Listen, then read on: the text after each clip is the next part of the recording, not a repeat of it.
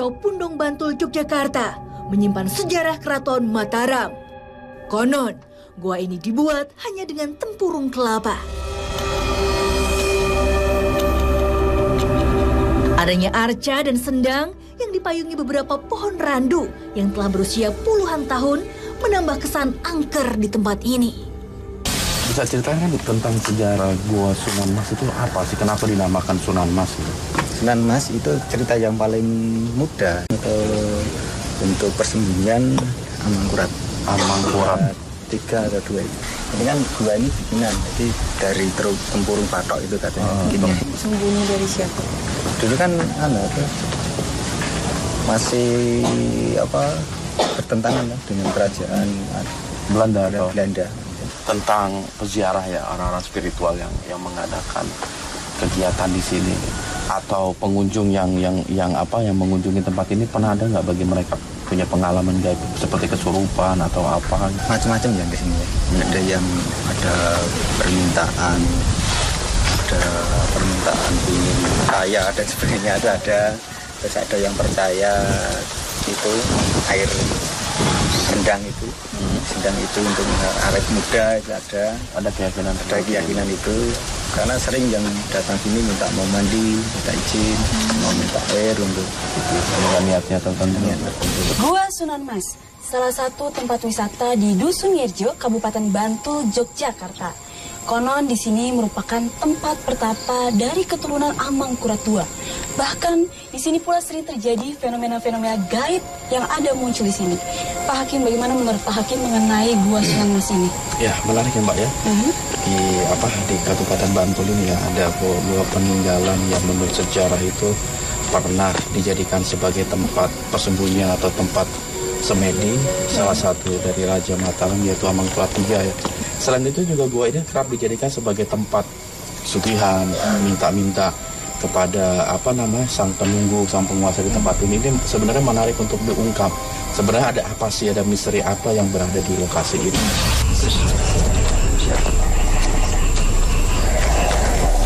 Sebenarnya gua ini nggak cukup luas ya.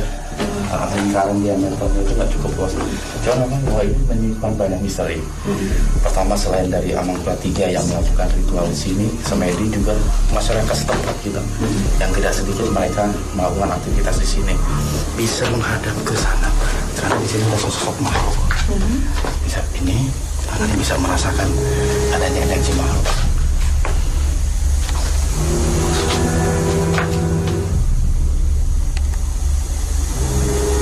Sih di sini. Bisa dapat gambaran siapa dia? Saya cuma kayak gambarannya cuma cahaya-cahaya, tapi kayak berbentuk muka. Tapi mukanya juga cuma kayak muka menyerupai manusia juga. Jadi tempat di depan kita ini ada seorang laki-laki yang udah berumur, kalau usia manusia itu sekitar 60 tahun gitu. Nah, dia ditugaskan untuk menjadi perantara. Jadi kalau bahasa manusia itu sebagai kuncian alam gaib. Yang kemudian disampaikan kepada makhluk-makhluk yang memang berkeliaran di tempat ini. Tapi wujudnya sama seperti manusia. Sama seperti manusia. Nggak ada bukan bentuk yang menyeramkan. Posturnya hampir sama seperti kita, seperti manusia, berpakaian ala Jawa dan lain sebagainya.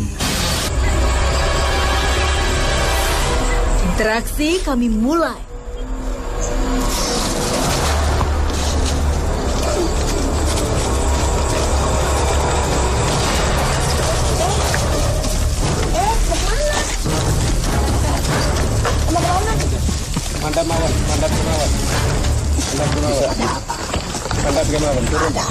Bisa turun dulu nggak?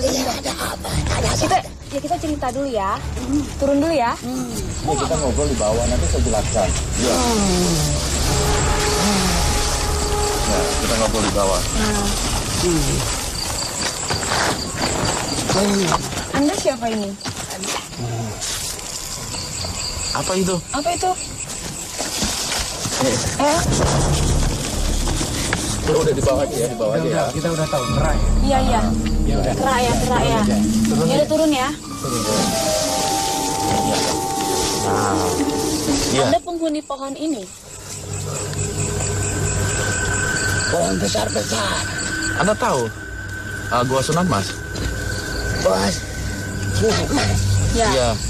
Peninggalan Tempat Sunan Amangkurat Emas. Itu persinggahan dari mana memangnya? Iya, maksud persinggahan itu apa sih? Sembunyi Sembunyi dari apa dia? Belanda. Belanda. Memang kenapa harus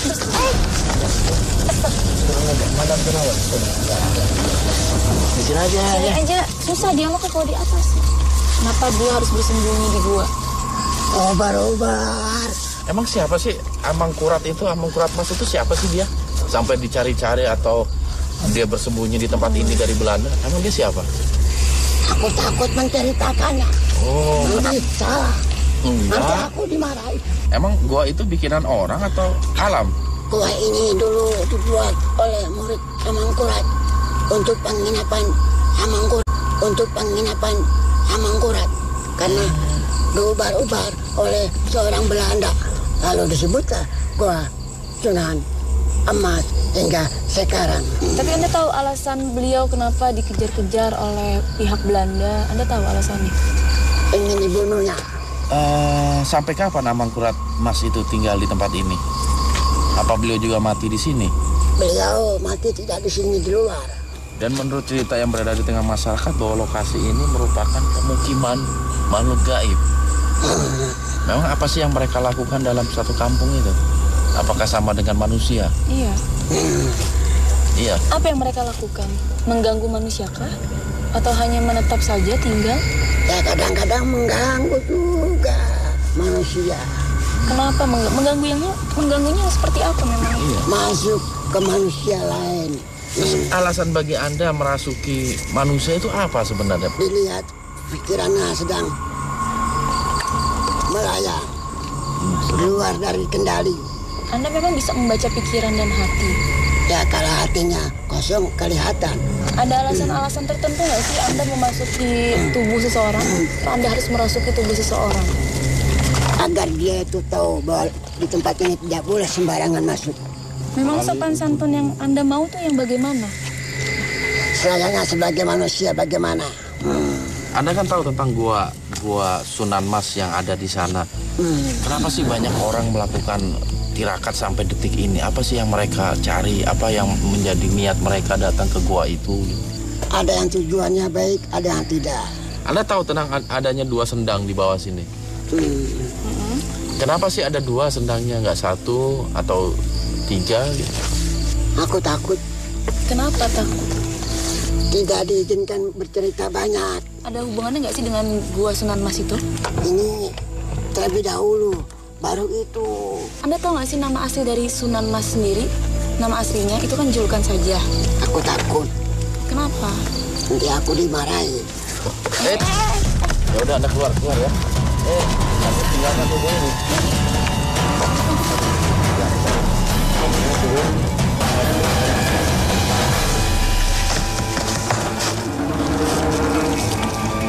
Dirasa cukup, mediator disadarkan.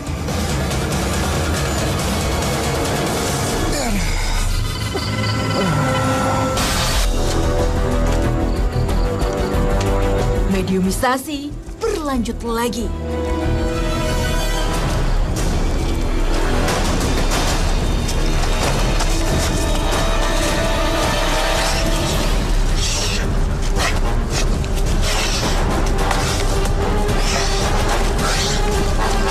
Tetap di 2 Dunia.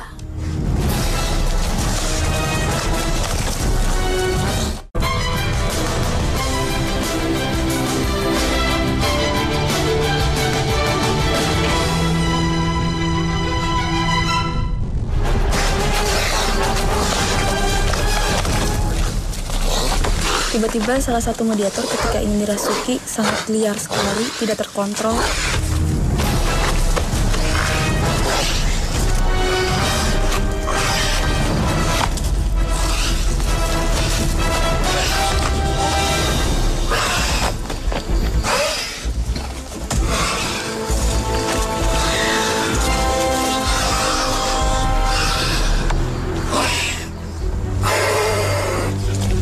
Assalamualaikum. Tenangkan diri Anda. Kami nggak bermaksud untuk mengganggu, apalagi untuk merusak alam di sini. Anda mengerti bahasa kami? Apa karep sira? Ya, tadi saya sudah mengutarakan bahwa kami membutuhkan informasi tentang apa-apa yang ada di tempat ini. Kowe ngerti wujudku, Bos? Ya, kalau saya menerka sih Anda seekor kera. Betul?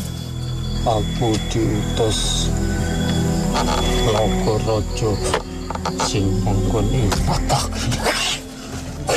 Memang raja yang ada di sini siapa? Nagaraja Oh, Nagaraja. utusane anak buah Noko Ireng sing ana pinggiring Segoro Kidul. Apa sih yang berhubungan dengan selatan? Goanya atau sendangnya? Loro-loro nih.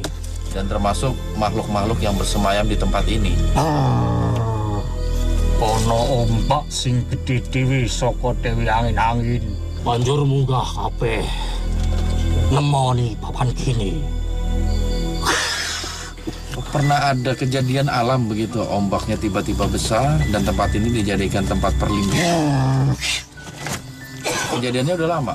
Apa perlu tak diratake para sira kabeh? Iya. Oh, ceritane. Aku lah suwe-suwe ana iki iki. Kalau gua itu sendiri dibuatnya oleh siapa? Aku ireng. Melalui pelantara manusia. Manungsa jaluk pinulungan karo lelembut. Kenapa sih tempat ini dijadikan tempat persembunyian yang nggak tempat yang lain? Wis ana hubungane karo Amangkurat cecek jaman biyen.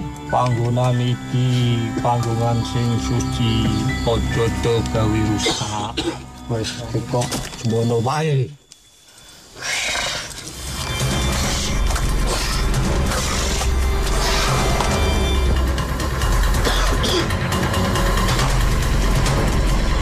Cukup memberi informasi, mediator disadarkan. Masih penasaran? Interaksi kami lanjutkan.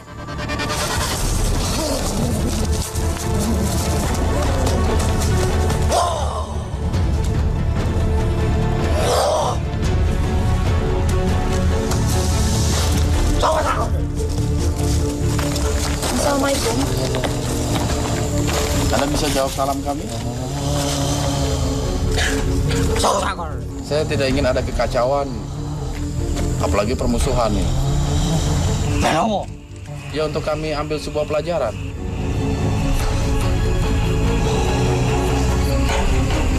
Bentuk Anda sendiri seperti apa sih? Wujud Anda Kowe ngerti wit kuwi? Pohon yang besar? Pohon kepu atau pohon randu alas? Samono kuwi aku. Berarti gagah sekali Anda itu ya. Apa betul tempat ini dulu pernah didiami oleh Amangkurat III atau Amangkurat? Hampir kurang. Dalam rangka apa? Iya dalam Kalau Anda sendiri kenal nggak sih dengan sosok Sunan Mas? Beliau siapa? Kowe iki ora ngerti aku. Oh, jadi Anda nggak terlalu mengurusi kehidupan manusia seperti itu. Lantas kalau di alam Anda, tempat ini tuh apa sih sebenarnya? Wah, kan iki kon-kon wah banget ngomong panggon penak. Memang bagi bangsa Anda tempat yang enak yang seperti apa? Ayo sing sepi ngene iki. Tadi ada beberapa dialog bahwasanya tempat ini erat kaitannya dengan pantai selatan gitu. Anda juga tahu masalah itu? Iya. Wis zaman suwe. Wis ora perlu diungkit-ungkit. Apa betul penguasa di tempat ini seekor naga? Ora nang kene manggone. Di mana tempatnya, Bang?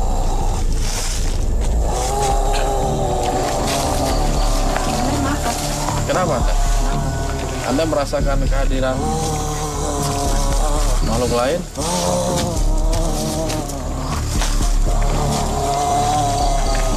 Tiba-tiba, seseorang telah kehilangan kendali. Nampaknya sudah ada makhluk yang merasuki raga Umi.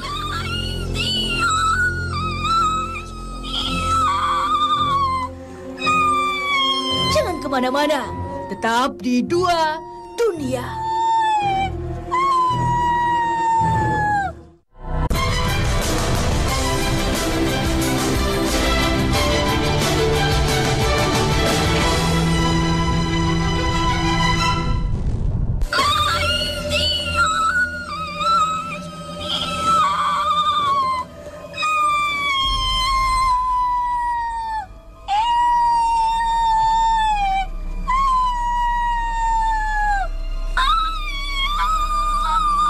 Jika Anda ingin berbicara dengan bahasa yang kami memahami.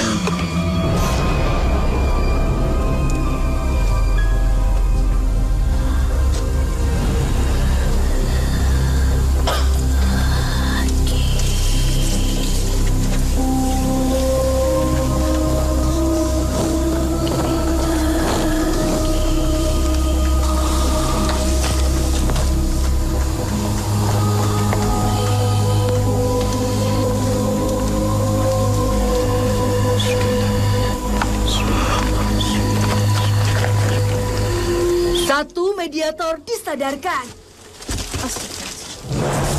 Sekarang, apa yang dilakukan makhluk ini?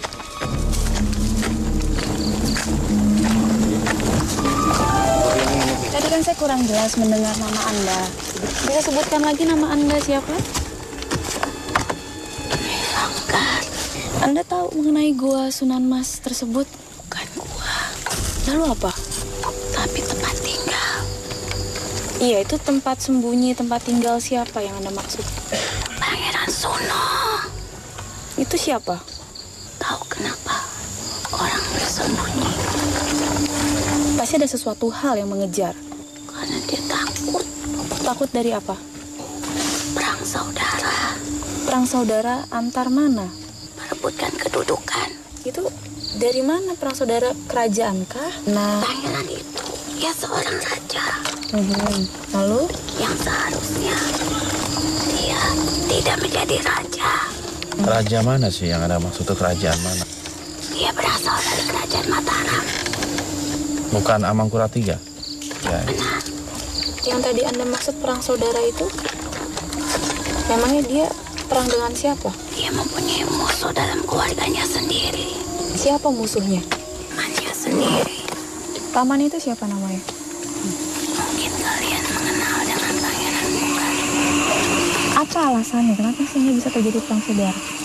Pangeran Pugan merasa punya hak atas tahta yang dia duduki itu. Kenapa kok? Apa namanya? Dia yang berhak menjadi raja. Padahal kan yang menjadi raja itu atau putra mahkota kan anak raja. Amangkurat pertamalah yang menentukan siapa yang menjadi raja selanjutnya karena sakit hati dengan anaknya sendiri. Terus? Lepaskan tahtanya kepada anaknya. Namun apa balasan anaknya? Apa? Dia merebut wanita yang dicintai ayahnya sendiri. Wanita itu memangnya siapa? Nyai Ageng Roroi. Amangkurat III datang ke sini. Tempat ini juga dijadikan persembunyian oleh seorang wanita. Siapa dia? Nyai Jati, Nyai Jati itu siapa? seorang istri yang terkekang oleh suaminya sendiri. Apa yang dia lakukan di sini? Mencari ketenangan, kebebasan dari siksaan suaminya. Lalu kaitannya dengan gua itu? Ketika wanita itu bersembunyi di sini, dia sedang mengandung, dia melahirkan di sini sampai wanita itu menghembuskan nafas terakhirnya di sini. Lalu anaknya bagaimana? Anaknya tinggal di sini sampai dia dewasa, lalu dia meninggalkan tempat ini. Lalu ketika dia kembali ke sini, ternyata banyak prajurit-prajurit yang menjaga wilayah ini. Prajurit itulah yang menjaga Amangkurat itu. Si Pangeran Sono itu orangnya yang sombong. Kalau Anda kenal sosok beliau? Kenal, Iya, bagaimana beliau orangnya? sombong, pemarah, angkuh. Lalu hubungannya dengan anaknya yang tadi, wanita itu apa?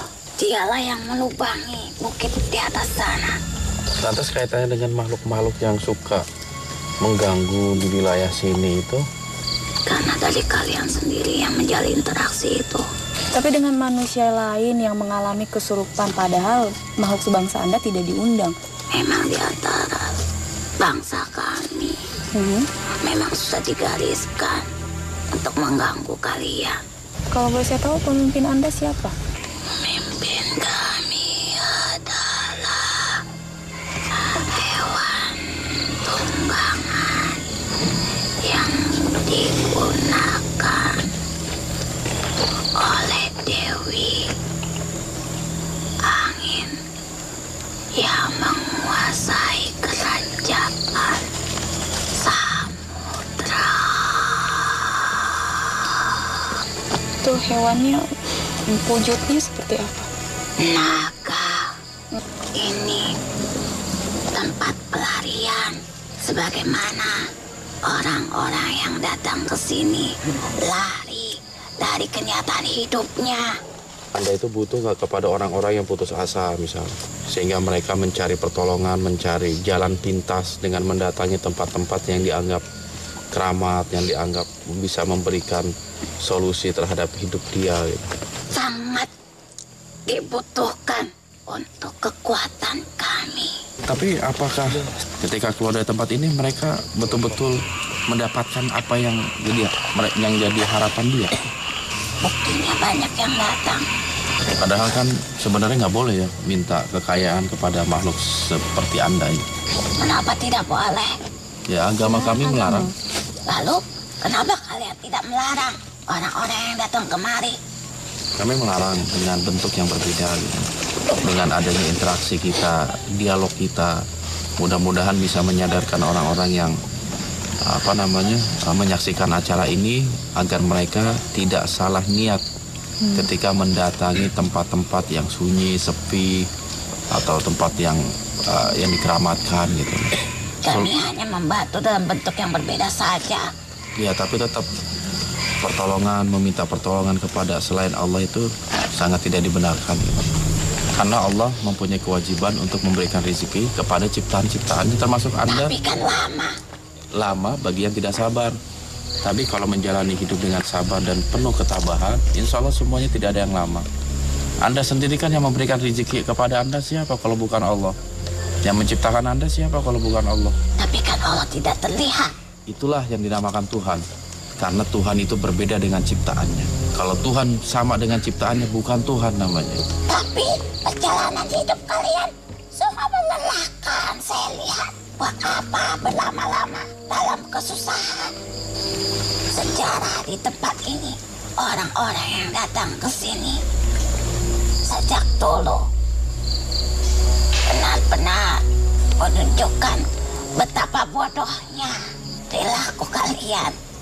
Ya kalau bagi mereka yang tidak mau mengikuti aturan yang telah Allah berikan, ya akan seperti itu hasilnya.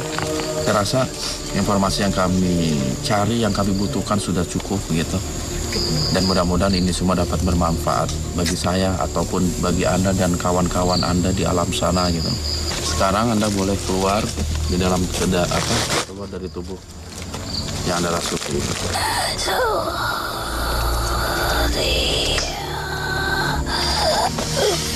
Akhirnya, mediator sadar. Pak Hakim, menarik sekali perjalanan kita malam ini. Menurut Pak Hakim, hal apa yang bisa kita ambil dari kesimpulannya? Ya memang ada beberapa ya dari dialog-dialog kita dengan beberapa mediator. Cuman memang intinya memang dari hampir semua mediator itu mengakui bahwa tempat ini pernah dijadikan sebagai tempat persembunyian dari Amangkurat ketiga gitu. Dan memang kalau dilihat dari bukti sejarahnya juga ada yang menunjukkan ke arah sana gitu.